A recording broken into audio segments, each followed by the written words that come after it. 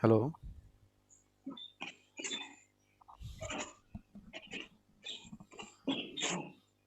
আসসালামু আলাইকুম স্যার। ওয়ালাইকুম সালাম। কেমন আছো তোমরা সবাই? জি আলহামদুলিল্লাহ, আপনি ভালো আছেন? এই তো আছি, আলহামদুলিল্লাহ ভালো আছি। তোমাদের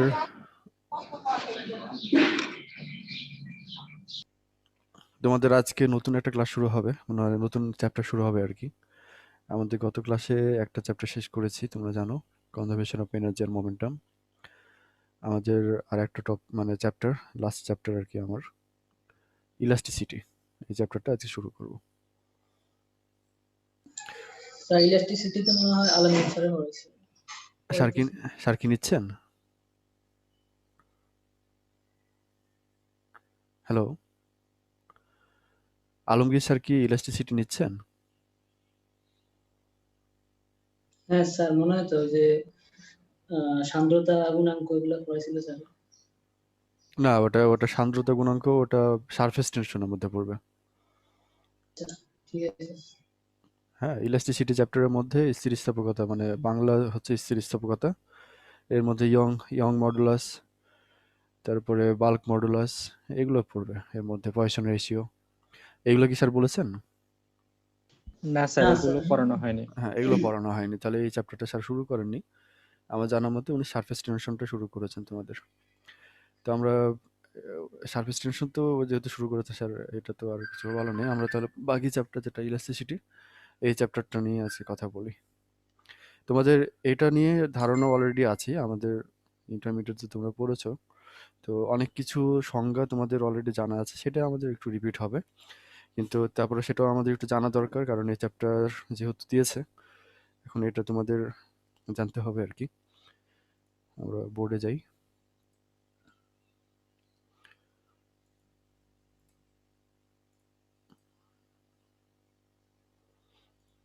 আচ্ছা,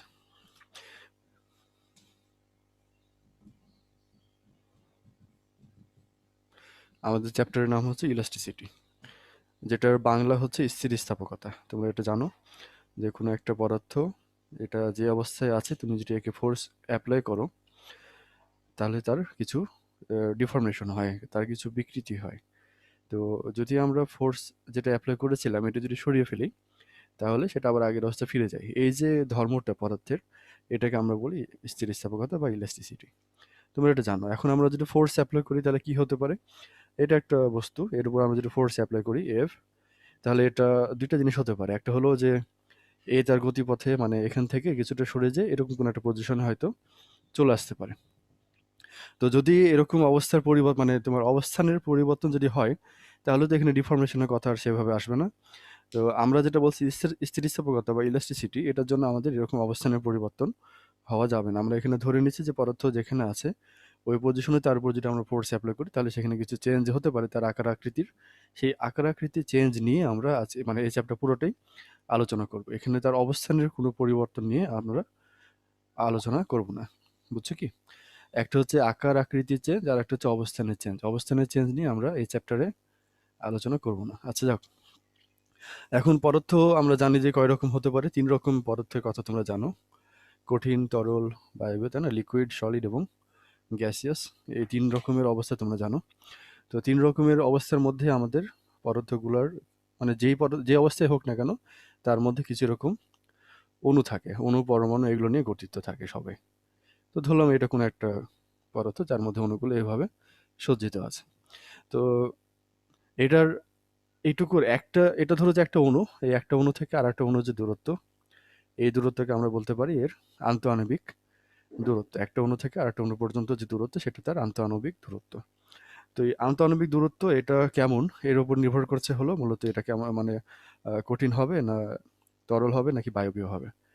তো আমরা যদি ফোর্স টেম্পারেচার যদি বাড়াই, যে কোনো একটা পদার্থ যদি টেম্পারেচার বাড়ে, তাহলে এই আন্তঃআণবিক দূরত্ব বাড়বে, এবং সেটা একসময়তে কঠিন থেকে তরল, তারপর বায়বীয় হয়। তোমরা এটা জানো।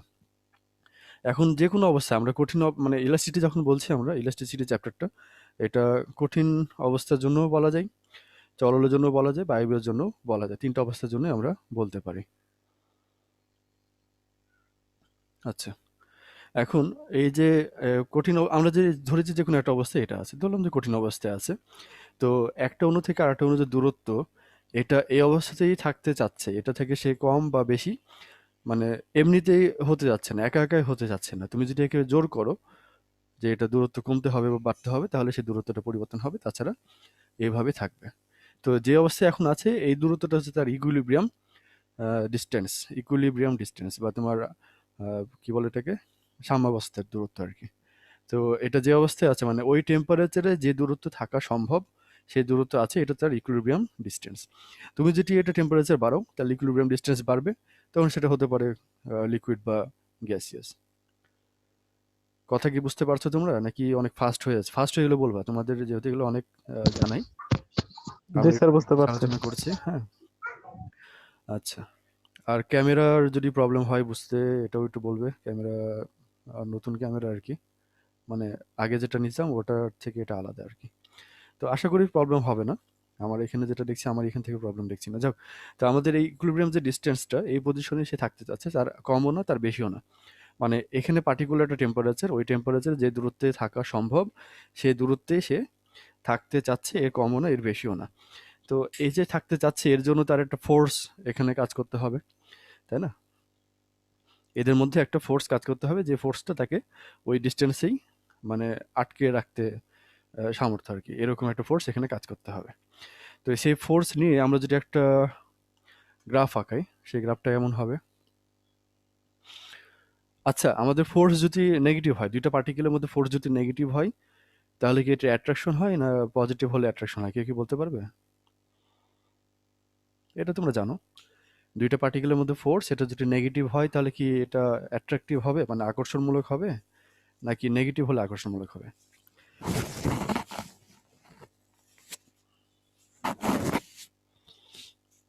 কেউ একজন বলো। স্যার, একটা পজিটিভ একটা নেগেটিভ হতে হবে। না, ফোর্সের কথা বলছি, ফোর্সটা পজিটিভ নাকি নেগেটিভ? নেগেটিভ হলে নেগেটিভ হলে অ্যাট্রাকটিভ হ্যাঁ, হবে। এটা হচ্ছে কথা, নেগেটিভ হলে অ্যাট্রাকটিভ হবে, আর যদি পজিটিভ হয় তাহলে রিপালসিভ হবে। তো আমাদের এখানে ফোর্স এটা কি অ্যাট্রাকটিভ হবে না রিপালসিভ হবে, এই যে এইসব ক্ষেত্রে একটু ধারণা তোমাদের?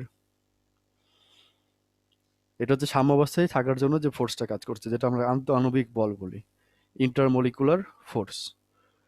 এই দূরত্বটা হচ্ছে আন্তঃআণবিক দূরত্ব বা ইন্টারমলিকুলার ডিস্টেন্স, আর এই ফোর্সটার নাম হলো ইন্টারমলিকুলার ফোর্স। এই ফোর্সটা কি নেগেটিভ না পজিটিভ, নাকি দুটোই হতে পারে?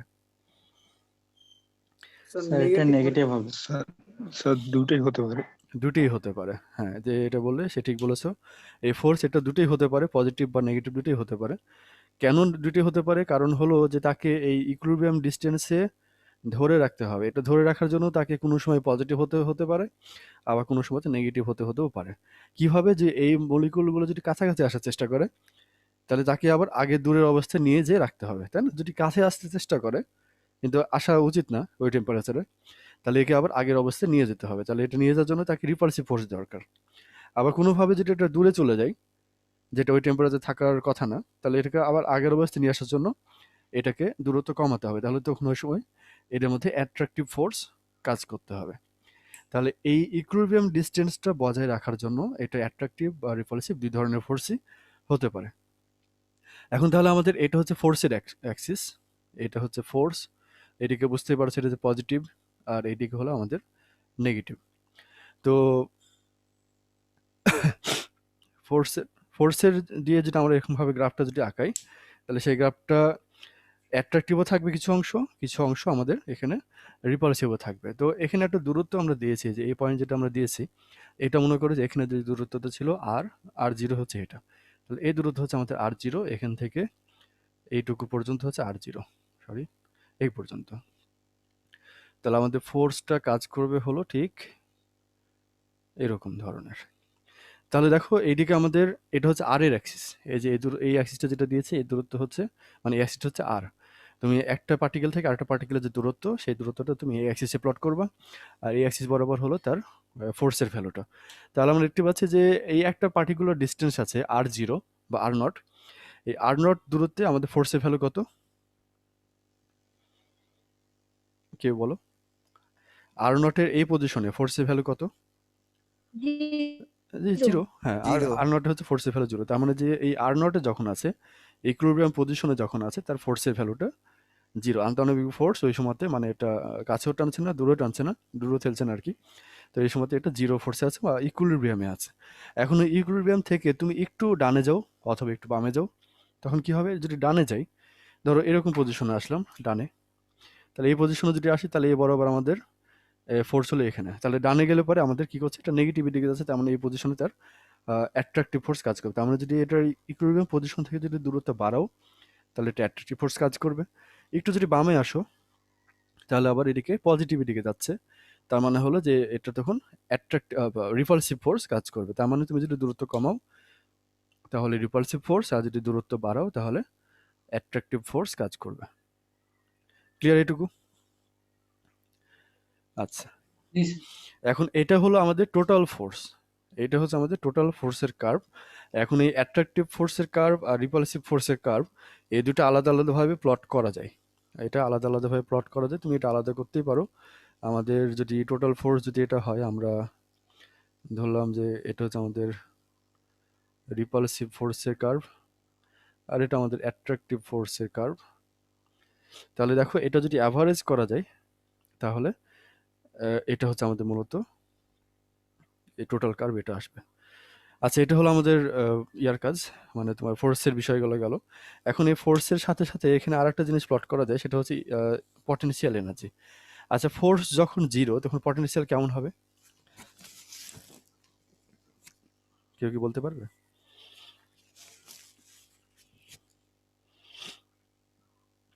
ফোর্স যদি জিরো হয় তাহলে পটেনশিয়ালটা কি অবস্থা হবে? আমাদের যখন ইকুইলিব্রিয়ামে আছে, তার মানে হলো পটেনশিয়াল এনার্জি এখানে মিনিমাম।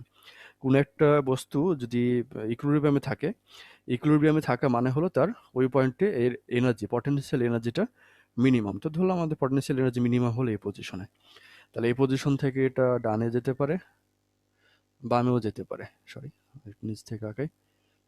তাহলে এরকম ভাবে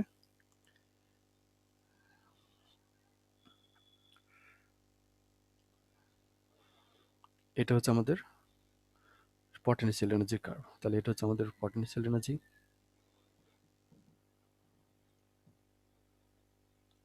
তারপরে সরি, এটা হচ্ছে রিপালসিভ ফোর্স,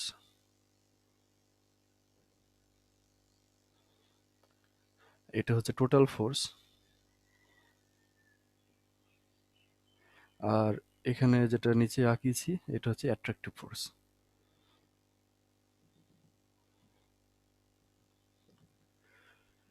এই হচ্ছে আমাদের এই ইন্টারমলিকুলার ডিস্টেন্স এবং ফোর্স এবং পটেনশিয়ালের কার্ভ। তোমরা কি বুঝতে পারছো? জি স্যার।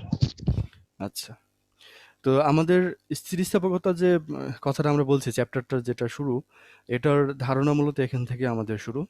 কোনো একটা পার্টিকেলকে তুমি যদি এরকম সরাতে চাও, তাহলে আমরা দেখছি যে ফোর্স, এটা অ্যাট্রাকটিভ বা রিপালসিভ ফোর্স এর মধ্যে কাজ করে সেটাকে আগের অবস্থায় রাখার চেষ্টা করছে। তো যে কোনো একটা যদি বস্তু হয়, এটাকে তুমি যদি এরকমভাবে ফোর্স অ্যাপ্লাই করো, এভাবে যদি আমরা ফোর্স অ্যাপ্লাই করি, তাহলে দেখা যাবে যে এর কোনো একটা অংশ এটা ওই মলিকুলগুলো কাছে আসবে, কোনো একটা অংশের মলিকুলগুলো দূরে যাবে। যদি আমরা এইভাবে যদি ফোর্স অ্যাপ্লাই করি নিচের দিকে, তাহলে এই সারফেসের যে মলিকুলগুলো আছে তাদের দূরত্ব কমবে, আর ওপরের সারফেসের যে মলিকুলগুলো আছে তাদের দূরত্ব বাড়বে, তাই না? ইন্টারমলিকুলার দূরত্বগুলো বাড়বে। তো এদিকে দূরত্ব বাড়ার জন্য তাহলে এখানে অ্যাট্রাকটিভ ফোর্স কাজ করবে, যেটা কিন্তু তাকে আগের অবস্থায় নিয়ে যেতে চাচ্ছে। আবার এদিকের দূরত্বগুলো কমার জন্য এখানে রিপালসিভ ফোর্স কাজ করবে, যেটা তাকে আবার আগের অবস্থায় নিয়ে যাওয়ার চেষ্টা করছে। তার মানে দুই দিক থেকে আমাদের এটা আগের অবস্থা মানে ইকুইলিব্রিয়াম পজিশন গেইন করার চেষ্টা করছে। এই গেইন করতে যে আমাদের এই পদার্থের একটা নতুন ধর্ম এখানে প্রদর্শিত হয়, যেটাকে আমরা বলি ইলাস্টিসিটি বা স্থিতিস্থাপকতা। তার মানে তুমি যে পদার্থ এটা যে আকার আকৃতিতে আছে, এই আকার আকৃতি বজায় রাখতে চাওয়ার একটা প্রবণতা আছে বাই ডিফল্ট। এই প্রবণতাটাই হলো তার স্থিতিস্থাপকতা। আর যে বস্তুর এই প্রবণতা আছে তাকে আমরা বলি স্থিতিস্থাপক বস্তু, আর যে বস্তুর এই প্রবণতা নাই তাকে আমরা বলি প্লাস্টিক বস্তু। বুঝছো? তাহলে এখানে দুই রকম নাম হলো, একটা হচ্ছে ইলাস্টিক আর একটা হলো প্লাস্টিক।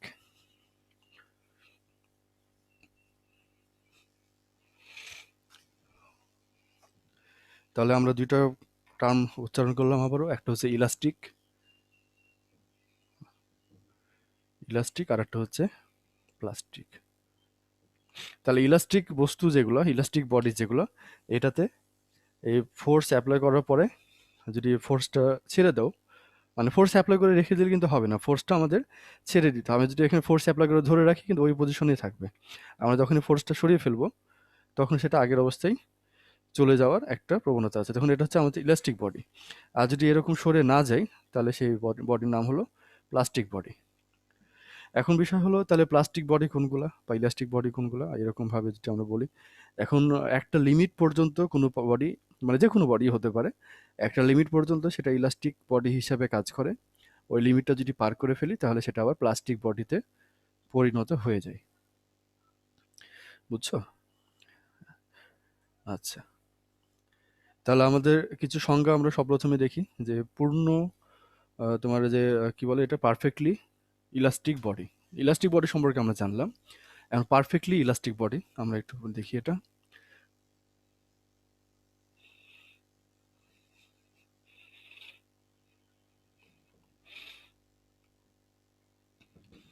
তাহলে পারফেক্টলি ইলাস্টিক বডি যদি হয় তাহলে তুমি মনে করো কোনো একটা বডি এরকম ছিল, মানে একটা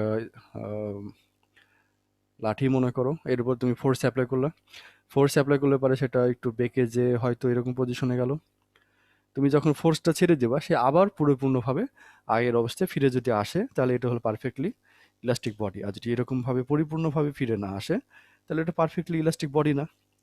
এখন এখানে দুই রকম মানে কথা হতে পারে যে এটা কিছুটা এসেছে, মানে ফোর্স অ্যাপ্লাই করার পরে এটা আগের অবস্থায় কিছুটা এসেছে, তবে এটা পরিপূর্ণভাবে আসেনি। তো যদি পরিপূর্ণভাবে আসে তাহলে এটা পারফেক্টলি ইলাস্টিক, আর যদি পরিপূর্ণভাবে আগের অবস্থায় ফিরে না আসে তাহলে এটা পারফেক্টলি ইলাস্টিক না। তবে ইলাস্টিক বডি হতে পারে, পরিপূর্ণভাবে আসেনি কিন্তু এসেছে, তাহলে এটা ইলাস্টিক বডি, কিন্তু এটা পারফেক্টলি ইলাস্টিক বডি না। আর যদি পরিপূর্ণভাবে আসে তাহলে এটা elastic body, perfectly elastic body. আচ্ছা, আর তাহলে এরকম ভাবে পারফেক্টলি ইলাস্টিক যেরকম ভাবে আছে তাহলে আমাদের এটা পারফেক্টলি প্লাস্টিক বডিও থাকবে। পারফেক্টলি প্লাস্টিক বডি হলো তাহলে এরকম কোন একটা বডি যেটার উপরে যদি ফোর্স অ্যাপ্লাই করে এটা যদি ডিফর্ম করা হয়। আচ্ছা, একটা কথা বারবার বলছি, ডিফর্ম। ডিফর্ম মানে কি তোমরা জানো? ডিফর্ম বা ডিফর্মেশন স্যার পুনরায় আগের অবস্থায় ফিরে আসে। বুঝিনি, একটু ভালোভাবে বলো। ডিফর্মেশন বা ডিফর্ম, এই ডিফর্মেশন মানে হলো বিকৃত করা বা বিকৃতি, বুঝছো? তো যদি আমরা এটাকে ডিফর্ম করি, বিকৃত করি, মানে তার মানে আগের যে অবস্থা ছিল অবস্থা থেকে পরিবর্তন করে নতুন একটা অবস্থা যদি নিয়ে যাই, সে কথা বলছে, তাহলে এটা যদি আগে মানে ওই যে ফোর্স অ্যাপ্লাই করে এটাকে বিকৃত করেছো, ডিফর্ম করেছো, সেই ফোর্স যদি অ্যাপ্লাই মানে ছেড়ে দিই, আমরা সরিয়ে ফেলি, তাহলে একটুও যদি আগের অবস্থায় ফিরে না আসে, মানে যেভাবে বিকৃত করলাম ওভাবেই থেকে গেল, তাহলে এরকম ধরনের বডিকে আমরা বলবো পারফেক্টলি প্লাস্টিক বডি। বুঝলাম? আমরা এটা ফোর্স অ্যাপ্লাই করলাম, এটা বিকৃত হলো, তারপর ফোর্স ছেড়ে দিলাম, তারপরে ওটা আগের যে অবস্থা মানে বিকৃত করে যে অবস্থা হয়েছিল ওই অবস্থাতে সেটা থেকে গেল, এটা আগের অবস্থায় বিন্দুমাত্র আর ফিরে আসলো না, তাহলে এটা হলো পারফেক্টলি প্লাস্টিক বডি। আচ্ছা, তো এই হচ্ছে আমাদের পারফেক্টলি প্লাস্টিক বডি। তারপরে এরপরে হচ্ছে আমাদের ইলাস্টিক লিমিট। এরপরের ডেফিনেশন হচ্ছে ইলাস্টিক লিমিট। ইলাস্টিক লিমিটটা কি? আমরা ফোর্স অ্যাপ্লাই করলাম, এটা ডিফর্ম হচ্ছে, তারপরে আবার ফোর্স ছেড়ে দিচ্ছি, এটা আগের অবস্থা ফিরে আসছে। এখন এটা কতখানি ফোর্স পর্যন্ত এরকম ঘটনা ঘটবে? ম্যাক্সিমাম যে ফোর্স পর্যন্ত তুমি এটাকে বিকৃত করার পরে ছেড়ে দিলে আগের অবস্থা ফিরে আসছে, ওই ম্যাক্সিমাম ফোর্সটা হতে তার ইলাস্টিক লিমিট। মানে সর্বোচ্চ যে বল পর্যন্ত প্রয়োগ করলে পারে বা যে পরিমাণ বিকৃত করলে পারে তার সেটা আবার আগের অবস্থায় ফিরে আসতে পারে, সেই লিমিটটা হচ্ছে আমাদের ইলাস্টিক লিমিট। বুঝছো? ম্যাক্সিমাম যে পরিমাণ বল প্রয়োগ করলে বা যে পরিমাণ বিকৃত করলে, এখানে দুইভাবে বলা যায়, ম্যাক্সিমাম যে পরিমাণ বল প্রয়োগ করে ছেড়ে দিলে আবার আগের অবস্থায় চলে আসছে, অথবা ম্যাক্সিমাম যে বিকৃতি ঘটানোর পরে আগের অবস্থায় চলে আসছে, এই দুইভাবেই ব্যাখ্যা করতে পারো। তো এই ম্যাক্সিমাম যে পয়েন্টটা, এটা হচ্ছে আমাদের ইলাস্টিক লিমিট। এই ইলাস্টিক লিমিটটা যদি পার করো তাহলে সেটা আর ইলাস্টিক থাকবে না, সেটা প্লাস্টিকে পরিণত হবে, প্লাস্টিক বডিতে পরিণত হবে। তার মানে বোঝা যাচ্ছে যে প্রত্যেকটা বস্তুর যেরকম ইলাস্টিক লিমিট আছে, সেই ইলাস্টিক লিমিট যদি আমরা পার করে দিই তাহলে সেটাই প্লাস্টিক বডিতে পরিণত হতে পারে।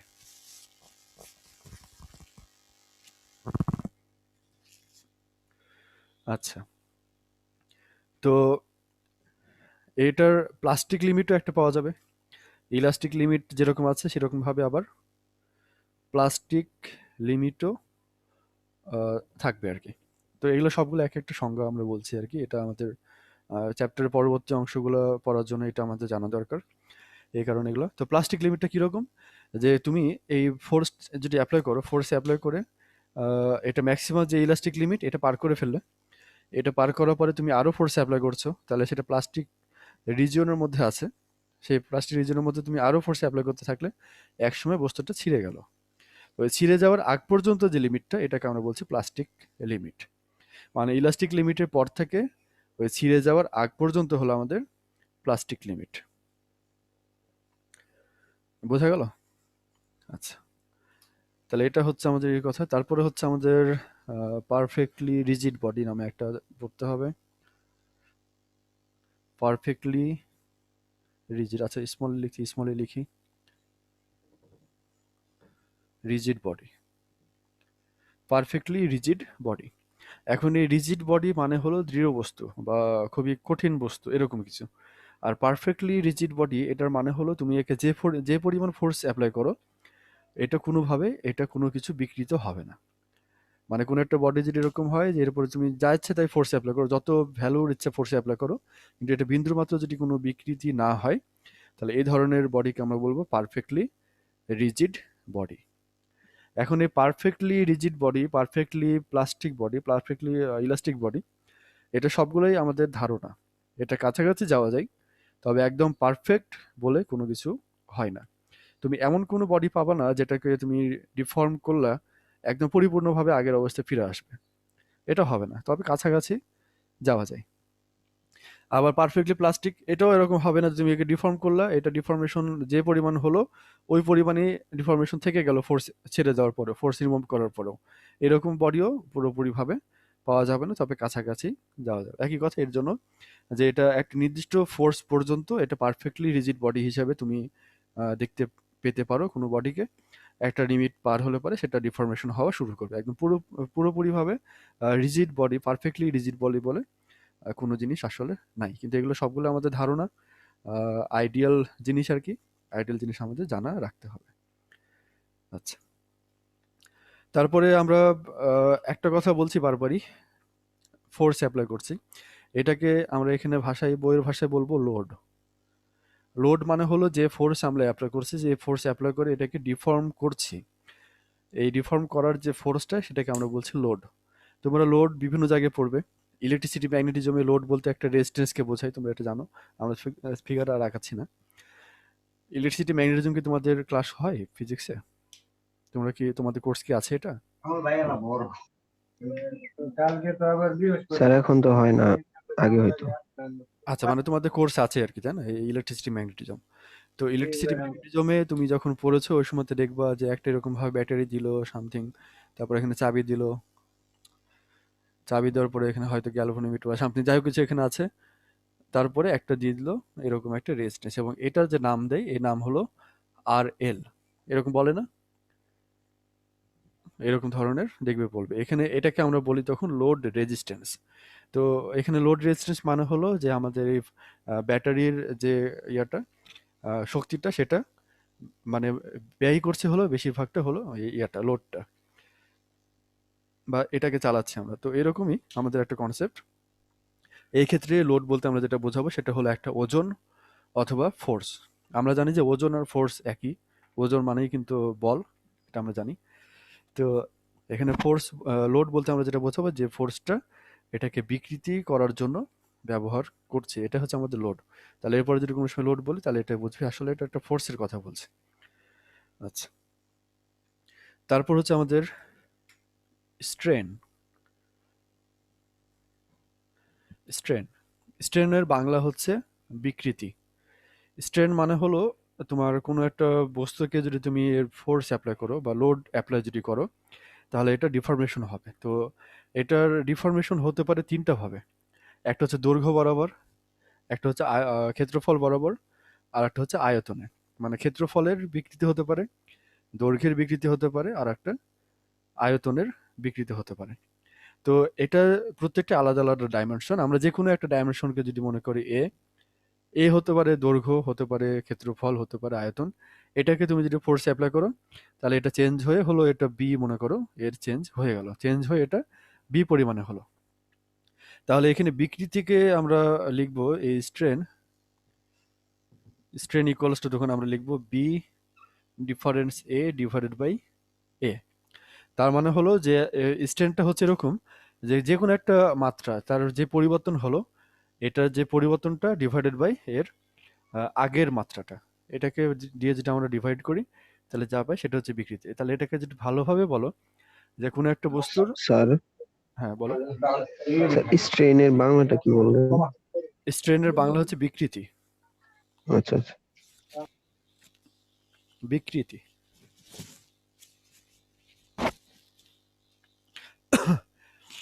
আচ্ছা, তাহলে বিকৃতি মানে হলো, তুমি বুঝতে পারছো কি এটা, যে তোমার এই মাত্রার একক মাত্রায় কোনো একটা বস্তুর যদি ওপর যদি আমরা লোড অ্যাপ্লাই করি, যদি ফোর্স অ্যাপ্লাই করি, তাহলে এটার কোনো কোনো মাত্রার একক মাত্রায় যে পরিমাণ পরিবর্তন হয়। এখানে একটু পার্থক্য, মানে সংজ্ঞাটা একটু গোলমেলে মনে হতে পারে, যে মাত্রার একক মাত্রায়, যে কোনো একটা মাত্রার একক মাত্রা, এটা মানে হলো তুমি দৈর্ঘ্যের কথা বলো। উদাহরণস্বরূপ যদি আমরা বলি যেটা দৈর্ঘ্যের কি পরিবর্তন হলো, একটা হুক থেকে একটা তার ঝুলানো ছিল, এই তারের উপরে তুমি মনে করো একটা লোড অ্যাপ্লাই করলে, ডাব্লিউ পরিমাণের একটা লোড অ্যাপ্লাই করে, তাহলে এটা তারটা কি হবে, একটু বাড়বে। এটার পজিশনটা বেড়ে মনে করো এরকম একটা পজিশনে চলে আসলো।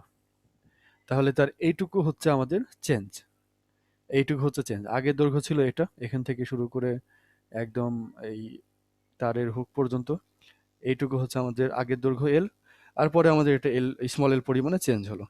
তাহলে এখানে স্ট্রেন যেটা, এই স্ট্রেন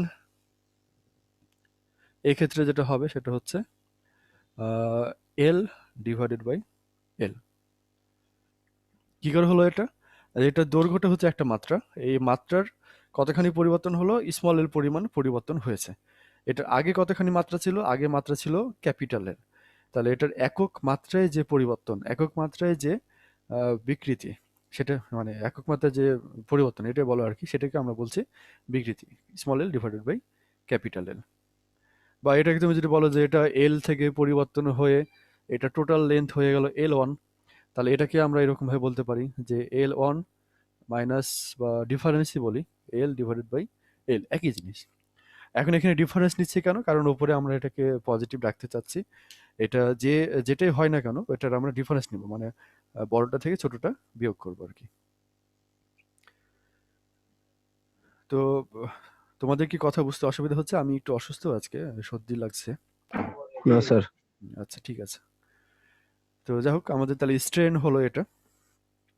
এখন এই স্ট্রেনের ইউনিট কি হবে আর ডাইমেনশন কি হবে? ইউনিট মানে তো বোঝো এটার একক, এটার স্ট্রেনের একক কি হবে বলতে পারবে কেউ? এখানে স্যার হ্যাঁ, এটার কোনো একক একক নাই স্যার। একক থাকবে না, কারণ হলো ওপরেও যে জিনিস নিচেও একই জিনিস, একই ডাইমেনশন। মানে ডাইমেনশন কেটে গেলে পরে কোনো ডাইমেনশন থাকছে না, তাহলে এটা একটা ডাইমেনশনলেস কোয়ান্টিটি, এবং সে কারণে এর কোনো এককও থাকবে না। তাহলে এটা জাস্ট একটা নাম্বার, এটা একটা জাস্ট ভ্যালু হবে, নাম্বার হবে, এর কোনো মাত্রা বা ইউনিট নাই আর কি। তো যাই হোক, তাহলে আমরা স্ট্রেন সম্পর্কে জানলাম। এখন আমাদের এরপরে যেটা হবে সেটা হচ্ছে স্ট্রেস। সরি, স্ট্রেসের বাংলা হচ্ছে পীড়ন, STRESS। স্ট্রেসের বাংলা হচ্ছে পীড়ন, মানে তোমরা যেটা বাংলায় পড়েছ আর কি। এই পীড়নটা হচ্ছে মূলত প্রতি একক ক্ষেত্রফলের চাপ, মানে বল আর কি, প্রতি একক ক্ষেত্রফলে বল, যেটাকে চাপ নামেও বলা হয় আর কি। তো স্ট্রেস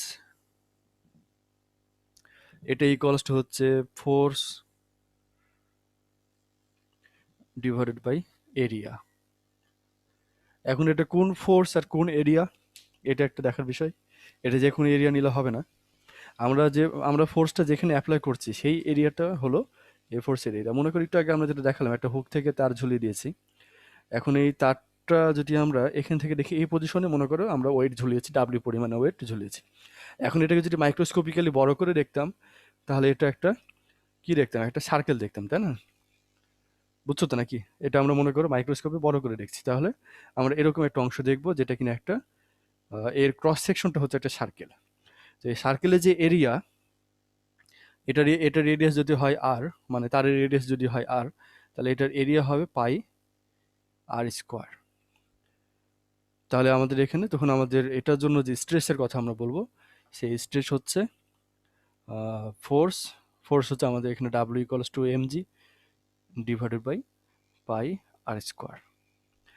এখন এখানে বিষয় হলো, তাহলে পায়ের কথাটা, এরিয়ার কথাটা আমরা বললাম যে এরিয়া হচ্ছে আমরা যেখানে ফোর্স অ্যাপ্লাই করছি সেই এরিয়া হচ্ছে এটা। কিন্তু এখন এই ফোর্সের বিষয়টা কি? তাহলে ফোর্স আমরা কোনটা ধরবো? এখানে ফোর্স হচ্ছে এটা খুবই গুরুত্বপূর্ণ। আমরা যে কোনো ফোর্স এখানে নিলে হবে না, আমরা এটা অ্যাপ্লাই করছি হলো ডাব্লিউ অ্যামাউন্টের ফোর্স। আমাদের এখানে একটু দেখার বিষয়, একটু মনে রাখবে, ডাব্লিউ অ্যামাউন্টের ফোর্স কাজ করছে নিচের দিকে। তো এই ফোর্সটাকে যখন, মানে ফোর্সটা যখন কাজ করবে, ঠিক এইটারই অপোজিট দিকে এইটা প্রতিক্রিয়া বল কাজ করবে, যেটাও কিনা হবে ডাব্লিউ পরিমাণে, আমরা এটা মাইনাস দিতেই পারি। তো এই প্রতিক্রিয়া বল, এই প্রতিক্রিয়া বলটা কোথা থেকে আসছে? এটা হলো এই যে তারটা ছিল, এই তারের স্থিতিস্থাপক বল যেটা, সেটা থেকে আসছে হচ্ছে মানে তোমার এই প্রতিক্রিয়া বল। তো এখানে যে ফোর্সটা আমরা বলছি সেটা আসলে মানে যে কোনো ফোর্স না, এটাকে আর একটু ভালোভাবে ডিফাইন করি। এটাকে আমরা বলবো প্রত্যায়নী বল বা প্রতিক্রিয়া বল বলতে পারো। তাহলে স্ট্রেস এটা ইকুয়ালস টু হলো restoring force. Restoring force divided by area. বুঝছো, এটা খুবই গুরুত্বপূর্ণ। আমাদের এখানে এটা রিস্টোরিং ফোর্স যদি আমরা না বলি, তাহলে এটা কিন্তু স্ট্রেস হচ্ছে না। আমাদের এমনি ফোর্স বাই এরিয়া, এটা জাস্ট আমরা বলতে পারি এটা হচ্ছে আমাদের প্রেসার। কিন্তু এটা যদি স্ট্রেস হতে হয়, তাহলে এটাকে অবশ্যই রিস্টোরিং ফোর্স হতে হবে। তার মানে হলো আমাদের এটার ভালো সংখ্যা হলো এরকম হতে পারে যে তুমি কোনো একটা বস্তুকে যদি লোড অ্যাপ্লাই করে এটা ডিফর্ম করতে চাও, তাহলে ওই ডিফর্মেশনটা এড়ানোর জন্য এটার প্রতি একক ক্ষেত্রফলে, প্রতি একক এরিয়াতে যে পরিমাণ রিস্টোরিং ফোর্স তৈরি হয়, যে পরিমাণ প্রত্যানী বল বা প্রতিক্রিয়া বল তৈরি হয়, এই পরিমাণ প্রতিক্রিয়া বলকে আমরা বলি এর স্ট্রেস। বুঝছো? তাহলে আমাদের যে কোনো ডিফর্মেশন এড়ানোর জন্য প্রতি একক ক্ষেত্রফলে যে পরিমাণ রিস্টোরিং ফোর্স বা প্রতিক্রিয়া বল তৈরি হয় বা উদ্ভূত হয়, সে পরিমাণ রিস্টোরিং ফোর্সকে আমরা বলবো এর স্ট্রেস। তাহলে এটা স্ট্রেসের সাথে আমাদের এমনি প্রেশারকে মিলে ফেলবে না। প্রেশার হলো আমাদের applied force divided by area. Pressure হচ্ছে অ্যাপ্লাইড ফোর্স বাই এরিয়া, আর স্ট্রেস হচ্ছে restoring force divided by area. এখন এটার ইউনিট কি হবে, ডাইমেনশন কি হবে? এটার ইউনিট হলো আমাদের বুঝতে পারছো যে ফোর্সের unit divided by area unit. তাহলে ফোর্সের ইউনিট কি? নিউটন, আর এরিয়ার ইউনিট হলো মিটার স্কোয়ার। ফাইনালি এটা হচ্ছে নিউটন পার মিটার স্কোয়ার, বা এটাকে আমরা সংক্ষেপে বলতে পারি প্যাসকেল। তাহলে প্যাসকেলও বলতে পারো, যেটা কিনা আমাদের চাপের একক, আর নিউটন পার মিটার স্কোয়ারও বলতে পারো। আচ্ছা, এটা হলো আমাদের এরিয়ার কথা। এখন সরি, কি বলে এটা, ইউনিটের কথা। এটা ডাইমেনশন কি হবে তাহলে? ডাইমেনশন হলো তাহলে ফোর্সের ডাইমেনশন ডিভাইডেড বাই এরিয়ার ডাইমেনশন। একবারে ডাইমেনশন হলে যদি আমরা বলি, তাহলে এর ফোর্সের ডাইমেনশন হচ্ছে এম এল পার টি। আচ্ছা, ডাইমেনশনাল ইকুয়েশনটাই আমরা লিখি, এভাবে না লিখে ডাইমেনশনাল ইকুয়েশন লিখি। স্ট্রেস এটা ইকুয়ালস টু, ওপরে হচ্ছে আমাদের ফোর্সের dimension M L per T square divided by area, এর জন্য এল স্কোয়ার। স্যার বলো। স্যার তাহলে স্যার স্ট্রেস আর স্যার ওই প্রেসার দুটোর মধ্যে স্যার ডিফারেন্স কি স্যার? ডিফারেন্সটা হচ্ছে এই যে প্রেশার হচ্ছে তোমার অ্যাপ্লাইড ফোর্সের জন্য। তুমি এর উপর ডাব্লিউ পরিমাণ যদি ফোর্স অ্যাপ্লাই করো, তাহলে এটা পারি যে ফোর্সটা অ্যাপ্লাইড হচ্ছে এটা তার উপর প্রেশার। আর স্ট্রেসটা হচ্ছে ওই ফোর্সটা, ওই প্রেশারটাকে প্রতিরোধ করার জন্য এটার উপরে যে পরিমাণ প্রত্যায়নী বল তৈরি হয় প্রতি একক ক্ষেত্রফলে, এটা হচ্ছে স্ট্রেস। স্ট্রেসটা হচ্ছে মূলত ওই বডির মধ্যে তুমি যেটাকে ডিফর্ম করছো তার মধ্যে তৈরি হয়। আর প্রেশারটা হলো তুমি বাইরে থেকে যেটা অ্যাপ্লাই করছো সেটা হচ্ছে প্রেশার। বুঝছো? স্ট্রেসটা জি স্যার, যে ফোর্সটা জি স্যার, হচ্ছে বুঝতে পারছি স্যার। এটা হলো ওই বডির মধ্যে উদ্ভূত বল।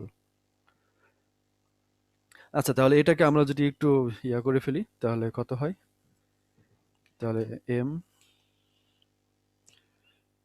পার এল পার টি স্কোয়ার, যেটা কিনা আমাদের প্রেসারের ডাইমেনশন হচ্ছে আর কি। যাই হোক, তাহলে আমাদের এতগুলো ডেফিনেশন হলো, আরও ডেফিনেশন আছে, আমরা আরো কিছু পড়ি। এটা মুছে দিলাম এই পর্যন্ত।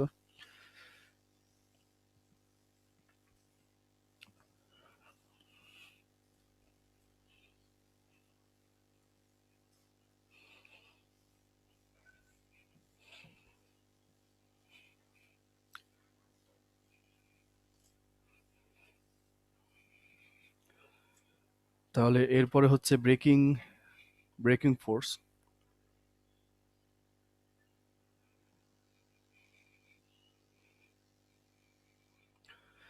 ব্রেকিং ফোর্স বা এটার বাংলা হচ্ছে তোমার অসহ বল। এই নামটা কি তোমরা শুনেছো এর আগে? জি স্যার। কি ছিল এটা? স্যার অসহপীড়নের জন্য যে বল তৈরি হয় এটা স্যার। না, এটা উল্টা হয়ে গেল আর কি। অসহ বলের জন্য যে পীড়ন তৈরি হয় সেটা অসহ পীড়ন। হ্যাঁ, আগে বলটা, বলের পরে পীড়নের কথাটা পরে আসবে। আচ্ছা, একটা কথা আবার বলি। তোমার একটা কথা হলো এটা হচ্ছে ফোর্স, বা তুমি প্রেসারের কথাই বলো, প্রেসারই বলো, আর এটা হচ্ছে স্ট্রেস। এখানে স্বাধীন কোনটা আর নির্ভরশীল কোনটা?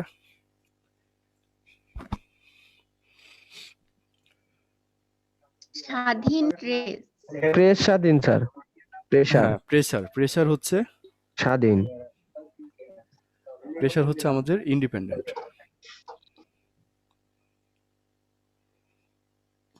আর এটা হচ্ছে ডিপেন্ডেন্ট। বুঝছো? তাহলে স্ট্রেসটা হচ্ছে আমাদের ডিপেন্ডেন্ট কোয়ান্টিটি আর প্রেসার হচ্ছে ইন্ডিপেন্ডেন্ট কোয়ান্টিটি। তাহলে সব আগে হবে প্রেসার আর তারপরে হবে ফোর্স, সরি স্ট্রেসটা। এখানে প্রেসারও বলতে পারো, এটাকে তুমি অ্যাপ্লাইড ফোর্স এফও বলতে পারো। এই অ্যাপ্লাইড ফোর্স এফ তারপর প্রেসার এগুলো হচ্ছে ইন্ডিপেন্ডেন্ট। তুমি যদি এই ফোর্স বা প্রেসার যদি অ্যাপ্লাই করো তাহলে স্ট্রেস তৈরি হবে। এটা যদি তৈরি না করো, মানে এটা যদি না অ্যাপ্লাই করো তাহলে স্ট্রেস তৈরি হবে না। এবং এটা যতখানি তৈরি করবে সেই অনুপাতেই আমাদের স্ট্রেস তৈরি হবে। বুঝছো? হ্যাঁ। তাহলে এখন আমাদের কথা হলো এই ব্রেকিং ফোর্স। ব্রেকিং ফোর্সটা বুঝতে পারছো যে আমাদের এমন একটা ফোর্স যেটা কিনা ওই বডিকে ব্রেক করে দিতে পারে আর কি। তার মানে আমরা যদি কোনো একটা বস্তুকে বল প্রয়োগ করি, বল প্রয়োগ করলে এটা ডিফর্ম হবে, ডিফর্ম হতে হতে এমন একটা বল পর্যন্ত যাওয়া যায় যে পরিমাণ বল প্রয়োগ করলে সেটা ছিঁড়ে যায় বা ভেঙে যায়, ওই ফোর্সটাকে আমরা বলবো ব্রেকিং ফোর্স। তাহলে যে পরিমাণ মানে ম্যাক্সিমাম বললে আবার ভুল হবে, মিনিমাম বলতে হবে এক্ষেত্রে, যে মিনিমাম যে পরিমাণ ফোর্স অ্যাপ্লাই করলে কোনো একটা বডি ছিঁড়ে যায় বা ভেঙে যায়, সেই মিনিমাম ফোর্সটার নামই হলো এই ব্রেকিং ফোর্স। বুঝছো? মিনিমাম কেন বললাম? কারণ মনে করো যে কোনো একটা তার, স্যার ওই যে প্লাস্টিক লিমিটের মতো। হ্যাঁ হ্যাঁ হ্যাঁ, এই ব্রেকিং ফোর্স পর্যন্ত মূলত প্লাস্টিক লিমিটটা কার্যকর। এই ব্রেকিং ফোর্স পার হলো তো আমাদের প্লাস্টিক লিমিটটা পার হয়ে গেল আর কি।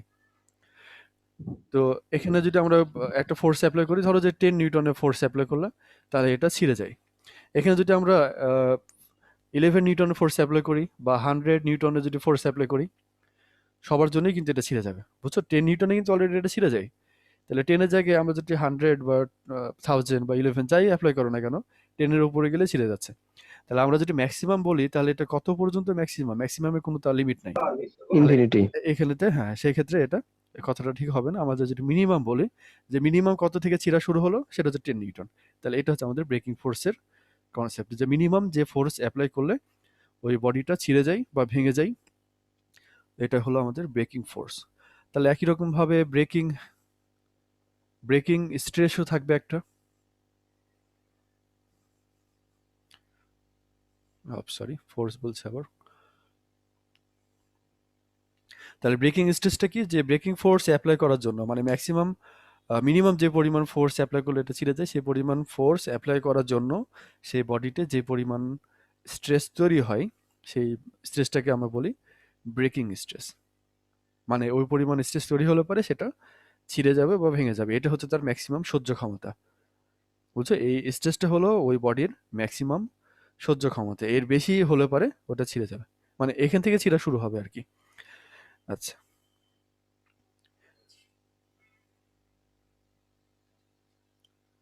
তো এই হচ্ছে আমাদের সংজ্ঞা যতগুলো ছিল মোটামুটি কমপ্লিট। এখন আমরা যেটা যাবো এরপরে সেটা হলো স্যার ব্রেকিং স্ট্রেসটা আরেকবার বলেন। ব্রেকিং স্ট্রেসটা হলো তুমি যখন ব্রেকিং ফোর্স অ্যাপ্লাই করছো কোনো একটা বডিতে, ফোর্স অ্যাপ্লাই করলে তো এটা স্ট্রেস তৈরি হবে, তাই তো নাকি? আমরা জি যদি স্যার। ফোর্স অ্যাপ্লাই করি তাহলে স্ট্রেস তৈরি হবে। এখন ফোর্সটা যদি ব্রেকিং ফোর্স পর্যন্ত যদি চলে যায়, তাহলে ওই পর্যন্ত যে ম্যাক্সিমাম স্ট্রেসটা তৈরি হবে সেটা হচ্ছে ব্রেকিং স্ট্রেস। মানে ব্রেকিং ফোর্সের জন্য যে স্ট্রেস তৈরি হয় সেটাই হচ্ছে ব্রেকিং স্ট্রেস। জি স্যার, বুঝতে পারছি। আচ্ছা, তাহলে আমাদের এই যা কিছু বললাম এটা যদি একটা কার্ভ এখন যদি ড্র করি তাহলে তোমাদের জন্য বোঝা আর একটু সহজ হবে। সেই কার্ভটা আমরা একটু ড্র করি। কার্ভের সরি বাঁকা হয়ে গেল আবারও। আচ্ছা, তাহলে এটা হচ্ছে আমাদের ইন্ডিপেন্ডেন্ট অ্যাক্সিস, এটা হচ্ছে ডিপেন্ডেন্ট অ্যাক্সিস, তাই না? আমরা একটু আগে যেটা বললাম আমরা প্লট করি, একটা হচ্ছে ফোর্স আর একটা হচ্ছে তোমার সরি হ্যাঁ প্রেসার, আর একটা বলেছিলাম স্ট্রেস। স্ট্রেস। এটার মধ্যে ইন্ডিপেন্ডেন্ট ডিপেন্ডেন্ট বলেছিলাম। এখন আমরা যেটা প্লট করতে চাচ্ছি সেটা হচ্ছে স্ট্রেস স্ট্রেন কার্ভ। আমরা যেটা প্লট করতে চাচ্ছি স্ট্রেস আর strain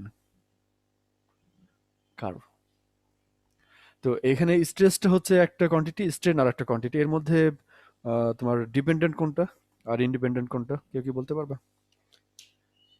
sir strain independent, stress sir dependent. হ্যাঁ, খুব ভালো বলেছো। তাহলে স্ট্রেন হচ্ছে আমাদের ইন্ডিপেন্ডেন্ট কোয়ান্টিটি। আমরা যদি স্ট্রেন করি মানে একে যদি বিকৃতি করি তাহলে সেখানে পীড়ন তৈরি হবে, আর যদি স্ট্রেন না দিই তাহলে কোনো পীড়ন তৈরি হবে না। তাহলে আমাদের এই কোয়ান্টিটিগুলো আমাদের এভাবে প্লট করতে হবে। আমি যদি এটাকে স্ট্রেসটা এখানে দিতাম, এই অ্যাক্সিসে স্ট্রেস প্লট করতাম, তাহলে এটা ভুল হতো। বুঝছো কেন ভুল হতো? কারণ আমাদের স্ট্রেসটা ইন্ডিপেন্ডেন্ট, সরি ডিপেন্ডেন্ট, তাহলে এটাকে অবশ্যই ডিপেন্ডেন্ট অ্যাক্সিসেই থাকতে হবে। কারণ স্ট্রেসের যে ডেফিনেশন ওই অনুযায়ী বাই ডিফল্ট এটা ডিপেন্ডেন্ট কোয়ান্টিটি। আচ্ছা, তাহলে এরকম ভাবে যেটা একটা গ্রাফ আঁকাই তাহলে গ্রাফটা দেখা যাবে প্রথম থেকে একদম সরি স্ট্রেট লাইন ভাবে যাবে, স্ট্রেট লাইন ভাবে এরকম ভাবে গেল, যে তারপর একটু বাঁকবে এরকম, বাঁকার পরে একটু এরকম ভাবে কিছু হবে, তারপর আবার বাঁকবে এরকম ভাবে, তারপরে যে আর কিছু নাই এভাবে এটা একদম জিরোতে চলে আসবে। তাহলে দেখো কার্ভটা আমরা মোটামুটি বলতে পারি হলো এই পর্যন্ত সেটা স্ট্রেট লাইন বরাবর গেছে, এই পর্যন্ত স্ট্রেট লাইন। তারপর এই পর্যন্ত আমরা মোটামুটি বলতে পারি যেটা প্রায় স্ট্রেট লাইনের মধ্যে ছিল। তারপর এই পর্যন্ত সেটা বেঁকেছে, বেড়েছে, কমেছে। তারপর এটার থেকে এই পর্যন্ত কিছুটা বেড়েছে কিছুটা কমেছে। একদম এখন কোনটা কোন রিজিয়ন দেখো, একদম প্রথম থেকে এটা হলো স্ট্রেট লাইন, এইটুকু অংশ হলো আমাদের স্ট্রেট লাইন। তাহলে এখানে দেখা যাচ্ছে স্ট্রেস এবং স্ট্রেন একটা আরেকটার প্রপোর্শনাল। তুমি যদি স্ট্রেন বাড়াও তাহলে ওই প্রপোর্শনে স্ট্রেসও বাড়ছে। এটা যদি দ্বিগুণ হয় এটা দ্বিগুণ হবে, এটা 5 গুণ হলে এটা 5 গুণ হবে, এভাবে এটা বাড়ছে এবং সেটা লিনিয়ার। তো এইটুকু যে লিনিয়ার থাকছে সরি, তো এই লিনিয়ার থাকা পর্যন্ত যে রিজিয়নটা, এই রিজনটার নাম হচ্ছে ইলাস্টিক লিমিট।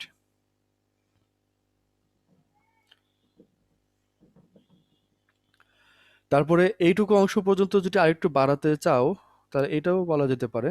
এই বাড়ানোর পরে যেটা হলো সেটা হচ্ছে আমাদের তোমার এটাকে কি বলা হয়, কি বলে এটাকে তোমার বাণিজ্যিকের ইংরেজি কি, commercial, commercial elastic limit, elastic limit. বুঝছো? তাহলে আমরা প্রায় এই পর্যন্ত আমরা ইলাস্টিক লিমিট বলতে পারি। ইলাস্টিক লিমিট পর্যন্ত কি হলো আমাদের, যেটা অ্যাকচুয়াল ইলাস্টিক লিমিট এটা হচ্ছে একদম এখান থেকে শুরু করে এই পর্যন্ত একদম পিওরলি এটা হচ্ছে আমাদের ইলাস্টিক লিমিট। এর মধ্যে তুমি যে পরিমাণ ফোর্স অ্যাপ্লাই করো এই লিমিটের মধ্যে অবশ্যই, মানে এই পরিমাণ যদি এক্সটেন্ড করো ছেড়ে দিলে আবার পরিপূর্ণভাবে আগের অবস্থায় ফিরে আসবে। তাহলে একদম ইলাস্টিক লিমিটের মধ্যে ওই বডিটা পারফেক্টলি ইলাস্টিক বডি হিসাবে কার্যকর বলে মনে হবে আর কি। কিন্তু তারপরে যদি একটু বাড়াও তাহলে এটাকে এই পর্যন্ত আমরা বলছি এটাকে কমার্শিয়াল ইলাস্টিক লিমিট। এই পর্যন্ত আমরা প্রায় ধরতে পারি ইলাস্টিক লিমিটের মধ্যে আছে, তবে এটা এরকম ভাবে যদি যাও তাহলে এটা একটু একটু করে সরবে, মানে এটা যে আগের পজিশন যেটা ছিল এটা একটু একটু করে সরবে। তাহলে এটা থেকে আমরা আর একটু এরকম ভাবে যদি এর সাথে প্যারালালি টানি তাহলে দেখা যায় যে এখানে আমাদের কিছু ডিফরমেশন থাকছে, এই পরিমাণ ডিফরমেশন আমাদের থাকছে। তো এখানে যে পরিমাণ ডিফরমেশন থাকলো এই ডিফরমেশনের আলাদা নাম আছে, যেটাকে আমরা বলি পার্মানেন্ট সেট।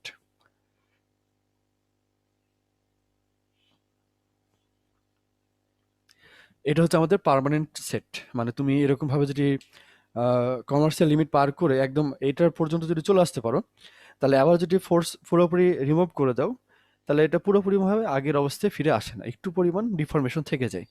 তো এই যে পরিমাণ ডিফরমেশন থেকে গেল এটা পরিপূর্ণভাবে আগের অবস্থা থাকছে না, এটাকে আমরা বলছি পার্মানেন্ট সেট, বা ওইটুকু পার্মানেন্ট ডিফর্ম হয়ে গেছে।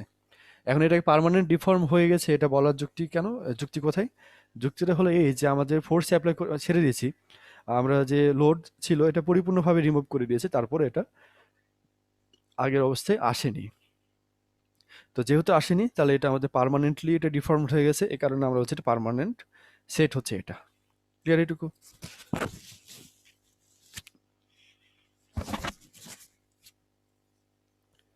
আচ্ছা, বুঝতে না পারলে বলবে কোনো জায়গায়। তারপরে এইটুকু এখান থেকে শুরু করে এইটুকু হচ্ছে আমাদের ইয়েল্ড রিজিয়ন।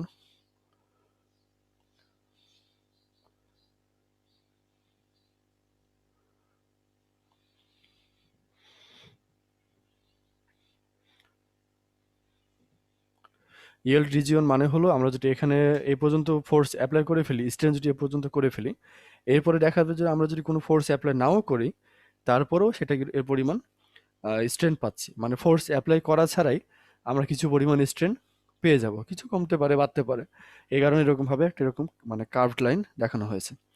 এখন দেখো ফোর্স অ্যাপ্লাই করেছি কি করিনি এটা কি করে বুঝছি আমরা? এই স্টেজ বরাবর কোনো বেড়েছে কিনা। স্টেজের অ্যাক্সিসে যদি কিছু বাড়ে তাহলে আমরা বুঝবো যে ফোর্স অ্যাপ্লাই হয়েছে কি হয়নি।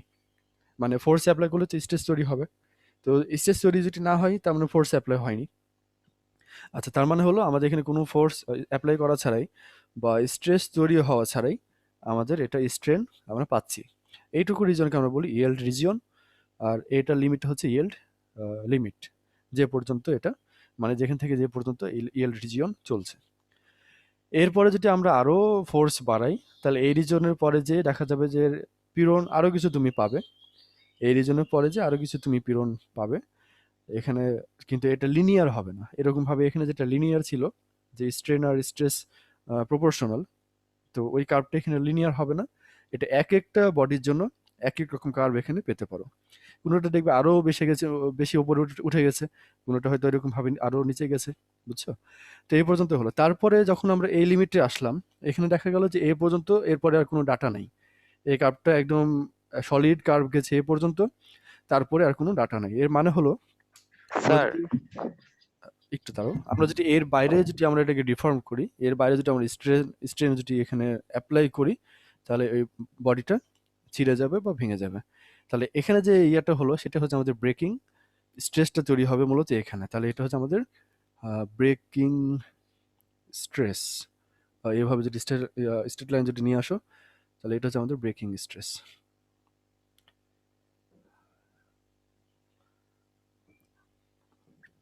আর এটা কারেসপন্ডিং যে স্ট্রেন এটা হচ্ছে ব্রেকিং স্ট্রেন। হ্যাঁ, কে কি কোশ্চেন করছিল বলো? স্যার পার্মানেন্ট সেট আর ইএল রিজিয়নটা ভালোভাবে বুঝিনি স্যার। পার্মানেন্ট সেট আর ইয়েল্ড রিজিয়ন। আচ্ছা, আমি বলছি আবারও। পার্মানেন্ট সেট হলো আমাদের এখানে দেখো আমরা প্রথমে মনে করো স্ট্রেন দিচ্ছি, মানে একে ফোর্সে অ্যাপ্লাই করলাম, এটা স্ট্রেস তৈরি হলো, এরকমভাবে চলছে এই পর্যন্ত। এটা হচ্ছে আমাদের ইলাস্টিক লিমিটের শেষ পয়েন্ট আর কি, তাই না? ইলাস্টিক লিমিট এই পর্যন্ত। এরপরে আমাদের ইলাস্টিক লিমিট কিছু পাই, তবে এটা কিছুটা কার্ভ হয়ে গেছে। এটা কিনা আমাদের ইলাস্টিক লিমিটের কমার্শিয়াল ইলাস্টিক লিমিট আর কি, এটাও ইলাস্টিক লিমিট বলে এটাকে, তবে এটা পারফেক্টলি এটা ইলাস্টিক লিমিট না এটা, বুঝছো? তাহলে এটা হচ্ছে আমাদের কমার্শিয়াল ইলাস্টিক লিমিট। মানে এখানে সরি, এই পয়েন্টটা যখন পার হলে, যেটুকু পর্যন্ত স্ট্রেট লাইন ছিল, এই পয়েন্ট পার হলে পরে এটা স্ট্রেন বাড়লে, স্ট্রেস যেরকম বাড়ার কথা ছিল তার থেকে কম বাড়বে। এই কম বাড়ার কারণে এটা একটু কার্ভ হয়ে যাবে। এখন কার্ভ যদি হয়ে যায় তাহলে এটা শেষ পর্যন্ত এরকম একটা রিজন পর্যন্ত পাবে। তারপরে দেখা গেল যার কোনো ধরনের স্ট্রেচ করা ছাড়াই তুমি এরকমভাবে স্ট্রেন বাড়তে থাকবে। তো এখানে যে পয়েন্টটা তৈরি হলো, এই পয়েন্টটা থেকে তুমি যদি এরকমভাবে প্যারালালে একটা লাইন টানো, তাহলে এখানে ইন্টারসেক্ট করছে। এখন এই ইন্টারসেক্ট করলো মানে কি, আমরা এখানে এই পয়েন্টে আসলাম মানে হলো আমরা এই স্ট্রেসকে জিরো করে দিয়েছি। এই অ্যাক্সিস বরাবর স্ট্রেসের ভ্যালু কত? জিরো। তাহলে স্ট্রেস জিরো করে দিয়েছি মানে হলো আমরা এখানে কোনো লোড আর রাখিনি। কোনো লোড না রেখেই আমরা দেখা হলো যে আমরা এখানে একটা বাই ডিফল্ট একটা স্ট্রেন থেকে গেছে। আমরা এখানে লোড যা ছিল সব সরিয়ে ফেলেছি। সরিয়ে ফেলার পরে দেখা গেলো যে এই পরিমাণ স্ট্রেন থেকে যাচ্ছে। তো এখানে যে পরিমাণ স্ট্রেন থেকে যাচ্ছে এটাকে আমরা বলছি পার্মানেন্ট সেট। ক্লিয়ার হলো এটা? জি স্যার, ক্লিয়ার। আচ্ছা, আর আরেকটা হলো ইয়েল্ড পজিশন, যেটা ইয়েল্ড রিজন যেটা বলি। ইয়েল্ড রিজন হলো যে এই কমার্শিয়াল ইলাস্টিক লিমিটের বাইরেও যদি তুমি আরেকটু ফোর্স বা স্ট্রেস যদি একটু অ্যাপ্লাই করো, তাহলে দেখা গেলো যে এর পরে একটু গেলে পারেই আর কোনো স্ট্রেস অ্যাপ্লাই করা লাগছে না। এর অল্প পরিমাণ স্ট্রেস অ্যাপ্লাই করে শুধু এইটুকুকে পার করে দিলেই দেখা গেলো যে কোনো স্ট্রেস আর অ্যাপ্লাই করা মানে স্ট্রেস ছাড়াই এটার স্ট্রেনটা বাড়ছে, বা এটা লম্বা হচ্ছে, বা আয়তনে কম বেশি হচ্ছে, মানে যেটা স্ট্রেন যেভাবে করেছে আর কি, সেভাবে এটা এই রিস্ট্রেন বাড়তে থাকবে। তো এটাও খুব বেশি দূর চলে তা না, অল্প পরিমাণ চলে, তারপর আবার এটা থেমে যায়, তারপর আবার স্ট্রেনের সাথে স্ট্রেস বাড়তে থাকে।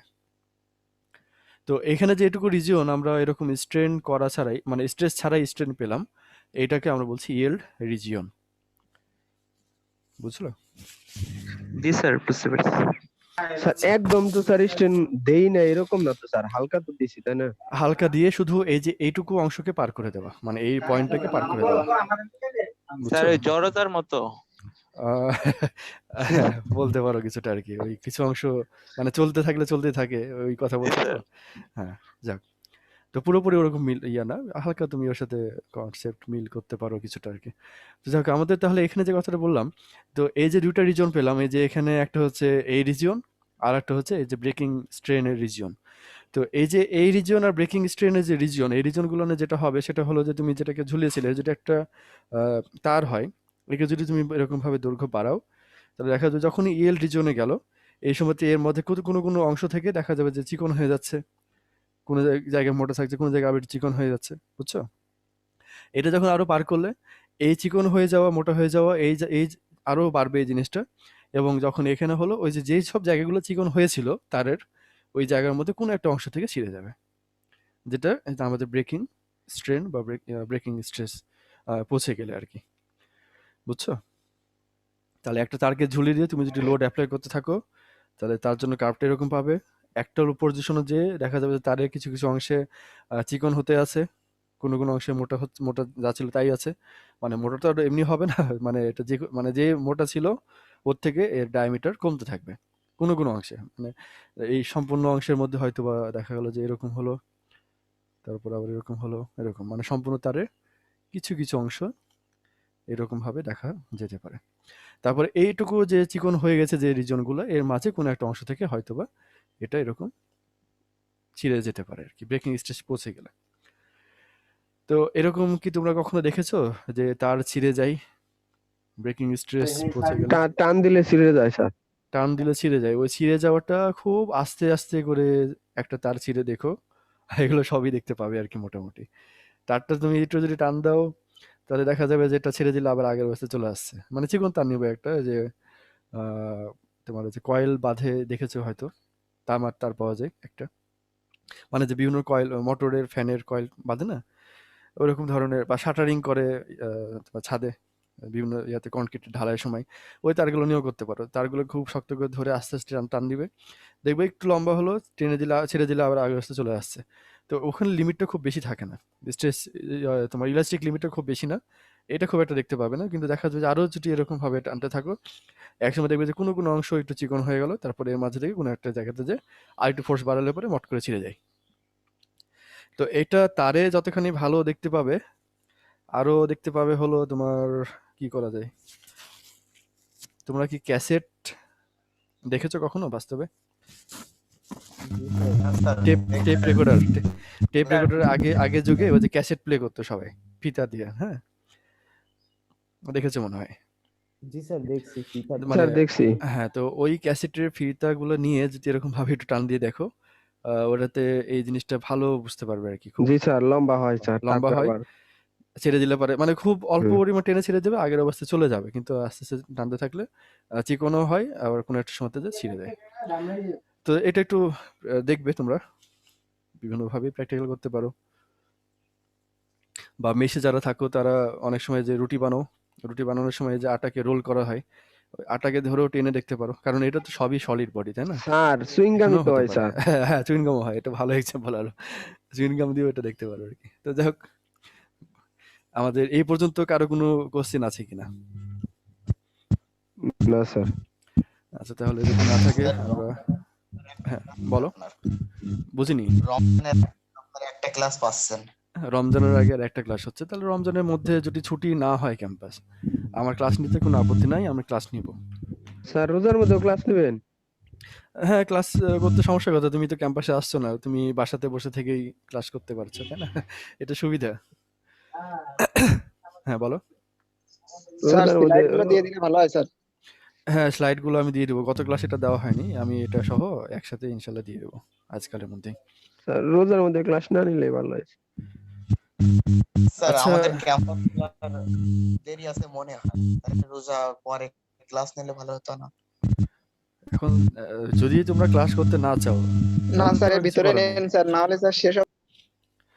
সবাই যদি বলো যে দরকার নাই, এটা পরে নিলে হয়, তো পরে নেবো। স্যার শেষ করে দিলেই ভালো হয় স্যার, একটু ভালোভাবে পড়া যায়। হ্যাঁ, তবে স্যার এটাও শেষ করে একটা দিলেই ভালো। ভালো হয় স্যার, না হলে স্যার আমাদের সেশন জট এমনি অনেক। হ্যাঁ, আমারও সেটাই মনে হয়, এটা একবারে নিয়ে শেষ করে দিই, এটা খুব বেশি আর সময় লাগবে না তোমার। এই চ্যাপ্টারটা ছোট আছে তো, আর আমাদের এই আজকের ক্লাসে অনেকখানি হয়ে গেল। এই ডেফিনেশন গুলোই আমাদের মেন ইয়া ছিল আর কি। আর অল্প কিছু হলেই আমাদের এই চ্যাপ্টার, খুব বেশি সময় লাগবে না, আমরা হয়তো তাড়াতাড়ি শেষ করে ফেলতে পারবো এটা। তো এটার জন্য আটকিয়ে না রেখে আমরা এটা শেষ করে দিই, হ্যাঁ। তো যাক, এটা পরে দেখা যাবে, আমরা সামনের ক্লাসে আবার এখান থেকে ইনশাল্লাহ শুরু করবো এরপরে। তো কারো কোনো আর কোশ্চেন না থাকলে আমরা তাহলে মিটিং শেষ করি। সবাই ভালো থেকো।